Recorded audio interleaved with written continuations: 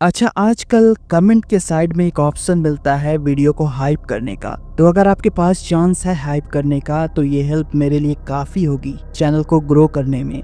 तो जिस तरह मैं आपकी हेल्प कर रहा हूँ आप भी ज़रूर हेल्प करें। तो ये एक बेसिक वीडियो होगी इस टॉपिक को लेकर जो काफ़ी कंट्रोवर्शियल है, लेकिन ऐसे टॉपिक जो सब्सक्राइबर मुझे सजेस्ट करते हैं तो उनको 70 तोहफों की सलामी। सोचे एक ऐसा आइलैंड जहां लोग वेकेशन के लिए नहीं वीआईपी सीक्रेट छुपाने के लिए जाते हैं। मैप्स पर तो ये छोटा सा लगता है लेकिन अंदर का ड्रामा किसी शो के 10 सीजन से ज्यादा है। वेलकम टू एप्स्टीन आइलैंड, जिसे लोग लिटिल सेंट जेम्स कहते थे और मीडिया ने नाम दिया पेडो आइलैंड। अब नाम सुन के कोई अच्छी वाइब नहीं आ रही।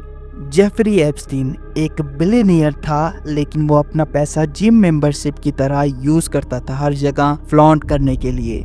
उसके दोस्त लिस्ट में थे politicians, scientist, Hollywood celebrities. Basically जिसको देख के आम आदमी बोले सेल्फी प्लीज, वो सब इसके फ्रेंड सर्कल में थे।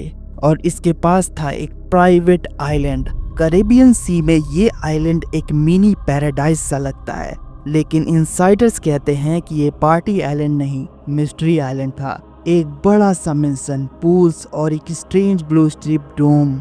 लोकल लोग बोलते थे कि वहाँ जेट्स उतरते हैं, गार्ड्स घूमते रहते हैं, जैसे फ्री वाईफाई भी पासवर्ड प्रोटेक्टेड हो। और सबसे शॉकिंग, आइलैंड पर रेगुलरली आते थे दुनिया के सबसे पावरफुल लोग। नाम तो इतने बड़े बड़े हैं कि अगर मैं अभी गिना दूं तो यूट्यूब चैनल ही डिलीट हो जाए। ये सिर्फ एक बिलियनियर का प्राइवेट स्पॉट नहीं था, ये एक रिचुअल ग्राउंड था, एक कंट्रोल सेंटर था। और आज मैं एक्सपोज करूंगा कैसे ये आइलैंड कनेक्टेड था सीक्रेट सोसाइटी से, जैसे Freemasons, Illuminati, Bohemian group, school and bone society. अब ये जो जेफरी बंदा था, इसके पास ना ही कोई कॉलेज डिग्री थी, फिर भी बिलियनियर था। हार्वर्ड, MIT और वॉल स्ट्रीट के लोग इससे फंड करते रहे। कॉन्स्पिरेसी थ्योरिस्ट बोलते हैं एप्स्टीन एक फ्रंटमैन था किसी बड़े सीक्रेट ग्रुप के लिए। इसका कनेक्शन इंटेलिजेंस से भी था, मोसाद और CIA के साथ। हम एक जॉब के लिए 3-4 डिग्री ले आते हैं, पर ये बंदा बिना डिग्री के बिलियन कमा गया। मेंशन, विलास, पुल सब नॉर्मल बिलियनियर वाइफ, लेकिन ब्लू गोल्ड डोम और चेस बोर्ड सस्पिशियस है। डोम का डिजाइन ओकल्ट टेम्पल जैसा था, नाइट टेम्पलर और मेसोनिक लॉजेस की कॉपी। चेस ये वही पैटर्न है जो फ्री मेसन लॉजेस और ओकल्ट रिचुअल्स में मिलता है, मतलब बिलियनियर पार्टी कम रिचुअल ज्यादा लगता है। अब सबसे जरूरी जानकारी जो थी वो थी ब्लैक बुक, एलीट डाटाबेस।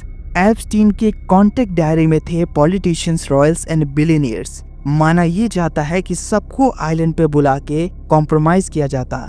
इस आइलैंड पर या जो कुछ वो दीवारों के पीछे करते थे उसमें कैमरा छुपाए हुए थे, जो बाद में ब्लैकमेल टेप्स बनती थी। हमारी कॉन्टैक्ट लिस्ट में होता है पप्पू हेयर सैलून, पर इस पेड़ों की लिस्ट में थे वर्ल्ड लीडर्स, मतलब इसका ट्रू कलर खुद FBI का डाटाबेस लगता था। अब इस आइलैंड का कनेक्शन जो है बहुत सारे लोग मानते हैं कि सीक्रेट सोसाइटी से है। इल्यूमिनाटी सिंबल, डोम के ऊपर एक आउल स्टैचू है। अगर आप ध्यान से देखोगे तो मैंने आपको बताया था कि ये सिंबल जो है बोहेमियन भी इस्तेमाल करते हैं, जो विजडम और ओकल्ट का साइन है, जो विच क्राफ्ट में भी इस्तेमाल होता है। और एप्स्टीन के कई हाई प्रोफाइल फ्रेंड्स थे जिनका ताल्लुक फ्री मेसन से था। इल्यूमिनाटी का ये स्लोगन है कि नॉलेज इज पावर। एप्स्टीन ने इसको लिटरली अप्लाई कर लिया। नॉलेज मतलब VIP लोगों के सीक्रेट रिकॉर्ड करके उन्हीं से पावर लेना। येल यूनिवर्सिटी की secret group school and Bones, जिसमें बुश फैमिली और कई US प्रेसिडेंट मेंबर रहे हैं। रिचुअल्स ये हैं कि कॉफिन में सोना, स्कल से ड्रिंक करना, ये रियली डॉक्यूमेंटेड है। एप्स्टीन के नेटवर्क में येल, आईवी लीग के लोग थे, इसीलिए कनेक्शन बोला जाता है कि इसका जो है कनेक्शन जो है स्कल एंड बोन के साथ भी था। पैटर्न यही है कि पावरफुल लोग सीक्रेट रिचुअल करते हैं और फिर पॉलिटिक्स और बिजनेस कंट्रोल करते हैं। अब कोई भी कंफर्म ये नहीं कह सकता कि उसके अंदर वो क्या करते थे, लेकिन जिस तरीके का शख्स था जेफरी एप्स्टीन, उससे यही पता चलता है कि यहाँ कोई अच्छा काम नहीं होता था। जेफरी एप्स्टीन एक चाइल्ड ऑफेंडर था जिसने कई सारी बच्चियों के साथ गलत व्यवहार किया और ये लड़कियों का सप्लाई करता था।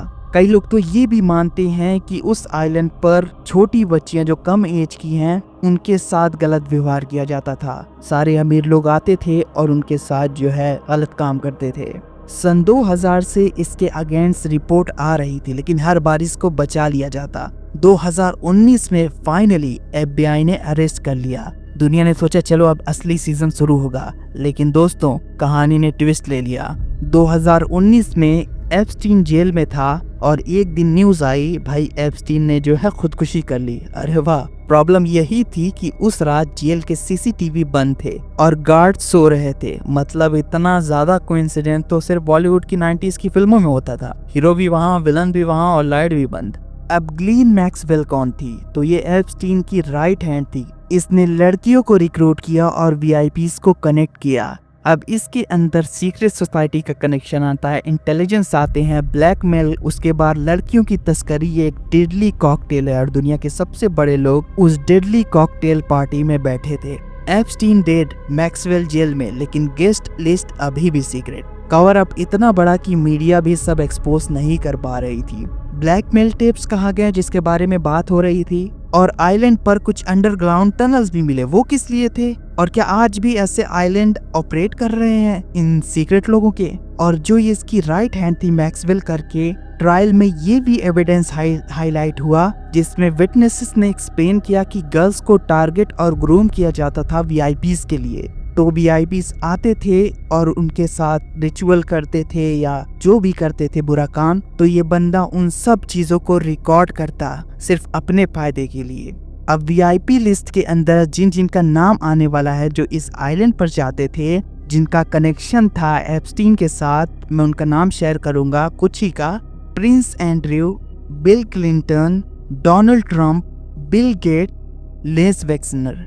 ये नेम्स ऑफिशियली पब्लिक डॉक्यूमेंट्स में आए हैं और ये हाईलाइट करते हैं कि एप्स्टीन का रीच और इन्फ्लुएंस दुनिया के सबसे पावरफुल सर्कल तक था।